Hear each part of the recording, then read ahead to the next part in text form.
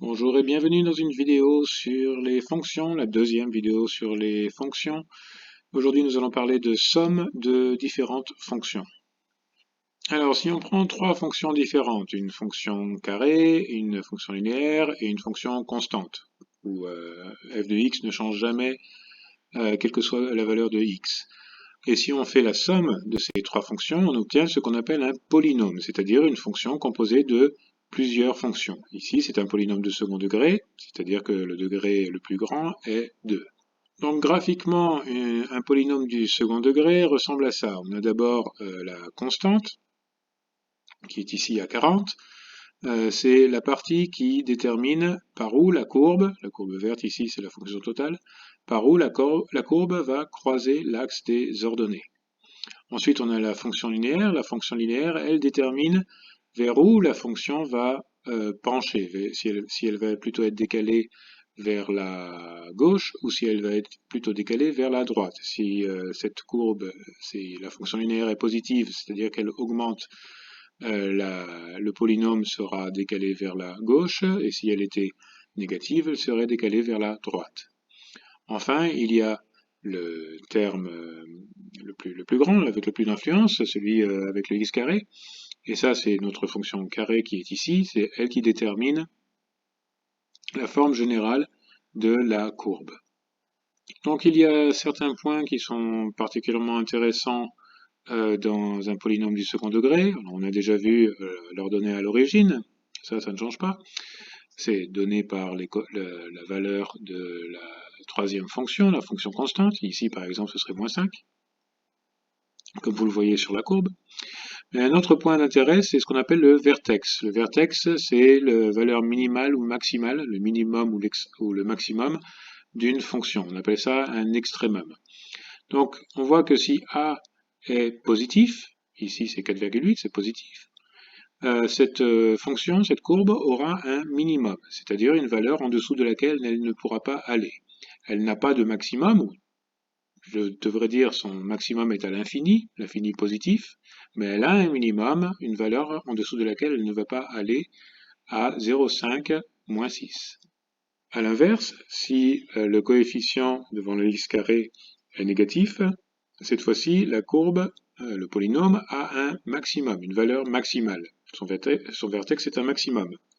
Encore une fois, il n'y a pas vraiment de minimum, ou du moins je devrais dire le minimum est à l'infini, mais il y a définitivement un maximum, une valeur au-dessus de laquelle cette courbe ne peut pas aller. Donc, si A, le terme avec le x carré, est inférieur à 0, il y a un maximum aux coordonnées, on les lit sur le graphique, moins 0,5, 3,5.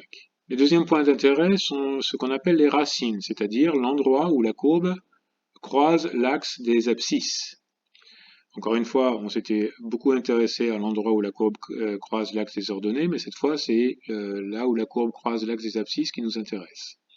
Et ici, on voit que les racines de cette fonction, de ce polynôme du second degré, sont à moins 0,6, 0 et 1,6, 0. Un polynôme de degré 3 est simplement un polynôme du second degré auquel on a ajouté un terme en x cube. Donc cette fois-ci, on a 4 termes différents.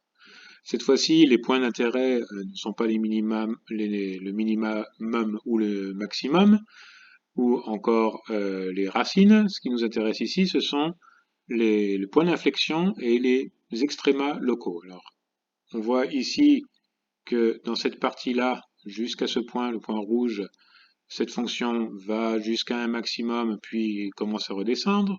Et à partir de ce point rouge, la fonction descend, puis atteint un minimum et remonte. Donc dans cette petite zone-là, il y a un maximum et un minimum. On appelle ça des extrémas locaux. C'est-à-dire, il y a un maximum local et un minimum local. Le troisième point d'intérêt, c'est le point d'inflexion. C'est là où ce comportement d'aller vers un maximum, puis de redescendre, et d'aller vers un minimum, puis de remonter, arrive, change exactement à ce point. On appelle ça le point d'inflexion d'un polynôme de degré 3. Alors nous n'avons vu que la partie graphique de ces polynômes, et nous avons défini qu'est-ce que c'était que des racines ou des extrémas locaux. Mais il faut bien se rendre compte que dans certains cas, il se pourrait que nous n'ayons pas de racines, que la courbe ne croise pas l'axe des abscisses, ou qu'il n'y ait pas d'extréma locaux, qu'il n'y ait pas d'extrémum local, qu'il n'y ait pas vraiment un endroit où il y a un maximum et un endroit où il y a un minimum. On verra dans la pratique qu'est-ce que tout cela veut dire. Pour résumer, nous avons vu ce que c'était qu'un polynôme du second degré, une fonction de la forme f de x est égale à x carré plus bx plus c. Et nous en avons profité pour introduire l'idée de polynôme de degré 3, une fonction de la forme ax cube plus bx carré plus cx plus d. Donc pour cette vidéo, aujourd'hui, je vous ai préparé deux feuilles de calcul. La première est sur les polynômes de degré 2, polynôme du second degré. Donc il y a ici trois fonctions, une fonction carrée, une fonction linéaire et une constante, qui ne change jamais, dont les coefficients sont listés ici, A, B et C. Et l'idée est de voir qu'est-ce qui se passe quand on change différents coefficients. Donc, commençons par C. Qu'est-ce qui change quand on change C? Eh bien, C, comme on l'a dit, c'est simplement l'ordonnée à l'origine. Donc, la seule chose qui change quand on change C, c'est les coordonnées de l'ordonnée à l'origine. Ensuite, il y a B. B, c'est la fonction linéaire, en rouge ici. Donc, si B est négatif, la courbe verte, le polynôme, glisse vers la droite. Mais si on augmente B jusqu'à le rendre positif, elle glisse vers l'autre côté, vers la gauche. Et enfin, on a A. A, c'est le coefficient de la fonction carrée, c'est ce qui va donner sa forme de parabole à la fonction. Et donc, plus A est petit, plus la parabole va être large, jusqu'à ce qu'il devienne négatif, et là, la parabole devient inversée, et on a affaire à un maximum. La deuxième feuille de calcul est basiquement la même chose, mais pour un polynôme de degré 3. Donc ici, vous pouvez aussi modifier la valeur de A, l'agrandir ou la réduire, et voir quel est l'impact cela a sur la fonction. Ici, par exemple, j'ai rendu A négatif et ça a inversé la fonction, comme on aurait pu le deviner.